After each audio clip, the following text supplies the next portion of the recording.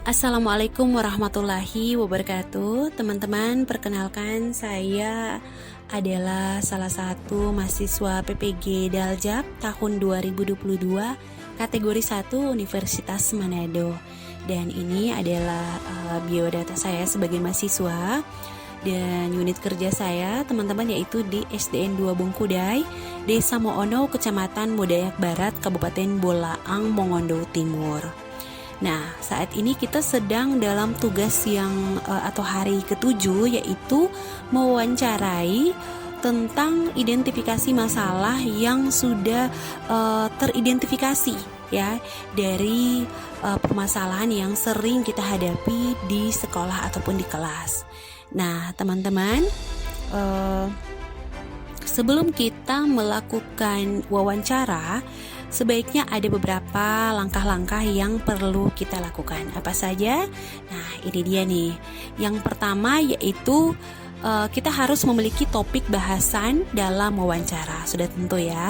Kemudian menghubungi narasumber baik dalam kesiapan narasumber maupun waktu dan tempat.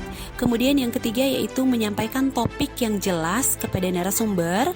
Yang keempat, menyiapkan daftar pertanyaan. Dan yang kelima yaitu mengkondisikan waktu dan tempat sesuai kesepakatan bersama narasumber. Nah, tidak hanya apa saja yang kita perlu lakukan, tapi ada juga tata cara ya saat wawancara. Seperti yang pertama yaitu kita bersikap sopan terhadap narasumber. Yang kedua, berpakaian sopan. Yang ketiga, memberikan salam dan memperkenalkan diri bersama narasumber. Yang keempat, membuat kontak mata ketika mengajukan pertanyaan. Yang kelima, bertanya ketika terdapat ucapan narasumber yang tidak dimengerti. Dan yang keenam yaitu mendengarkan jawaban narasumber dengan seksama. Dan yang terakhir yaitu memberikan jeda bagi narasumber untuk memikirkan jawabannya.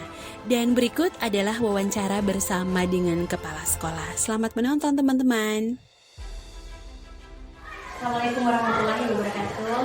Teman-teman, perkenalkan saya Mining Dina Kadengkang. Saya bertugas di SDN 2 Bungkudai dan saya adalah salah satu mahasiswa PPG LPTK Universitas Manado kategori 1.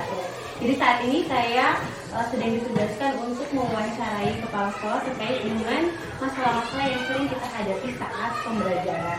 Nah, terima kasih teman-teman sudah meluangkan waktu untuk tugas saya kali ini. Jadi kita dalam tugas-tugas kita yang sebelumnya yaitu kita mengidentifikasi masalah yang sering kita hadapi di lingkungan sekolah, baik itu di dalam kelas. Nah, ini ada beberapa pertanyaan yang kita kerucutkan yang perlu kita narasumber untuk kepala sekolah agar dapat memberikan jawaban yang terkait dengan masalah-masalah yang sering terjadi. Seperti yang pertanyaan yang pertama, Pak, bisa kita mulai Pak untuk pertanyaan pertama. Bagaimana motivasi belajar siswa di kelas selama pembelajaran pasca pandemi yang sudah dilakukan dengan tatap muka? Jadi sesuai pengamatan yang saya sebagai kepala sekolah, yaitu selama pembelajaran yang baru saja dilakukan dengan tatap muka ini, tetapi masih melakukan proses adaptasi. Maksudnya penyesuaian dengan keadaan yang ada di sekolah. Karena tadinya anak-anak masih belajar dari kemudian sekarang tatap muka ini anak-anak masih mengikuti dan akan melakukan adaptasi dengan keadaan yang ada di sekolah.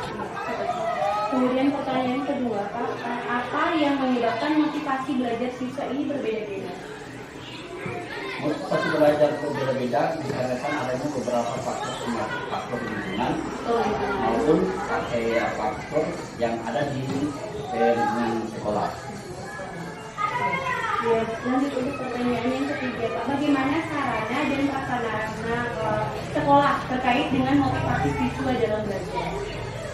Kalau masalah sarana di sekolah masih kurang memadai, jadi untuk materi tertentu yang membutuhkan alat seragam misalnya masih bisa sekolah bisa jadi penyebab bukan belajar siswa.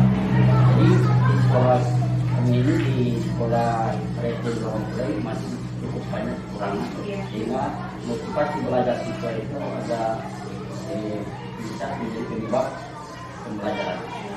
Apalagi Pak ya, untuk penguasaan teknologi dari kita sendiri belum terlalu begitu menguasai Pak ya. Jadi untuk pembelajaran yang harusnya kita bisa menerapkan pembelajaran digital menggunakan alat-alat peraga yang sesuai kita masih sangat terbatas begitu Pak ya. Kita lanjut untuk pertanyaan berikut Pak, bagaimana model pembelajaran yang dilakukan oleh guru terkait motivasi siswa?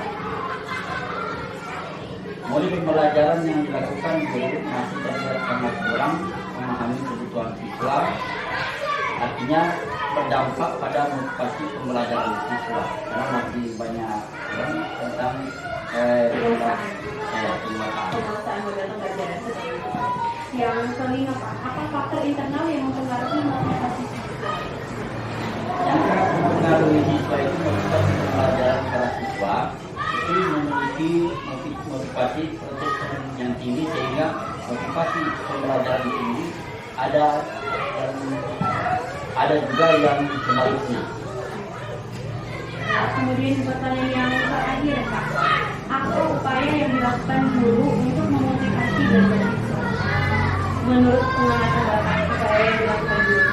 Nah, upaya yang dilakukan guru seperti sebelumnya, guru perlu bisa menerapkan model pembelajaran yang kreatif, di mana model pembelajaran itu menyangkut pada pertimbangan kreativitas peserta didik sehingga dibutuhkan bagi kreatifan guru terjadi. Ya, jadi ini Pak adalah masalah-masalah yang sering kita hadapi dalam pembelajaran. Jadi tidak hanya juga dari sekolah kita, tapi dari luar sekolah kita, dari seluruh Indonesia sering menghadapi masalah-masalah yang seperti ini. Jadi semoga ini merupakan juga sebagai motivasi kita sebagai guru Pak ya. Semoga dapat memperbaiki pembelajaran ke depan. Terima kasih Pak. Saya mohon doa semoga saya diluluskan sampai ujian pengetahuan ujian akhir. Ya, terima kasih Pak untuk waktu dan kesempatannya. Dan teman-teman, demikian wawancara kami hari ini dengan Kepala Sekolah Pak Darmamonto yang merupakan sebagai kepala sekolah saya, tempat saya bertugas di SD 2 Batu. Semoga bermanfaat. Wassalamualaikum warahmatullahi wabarakatuh.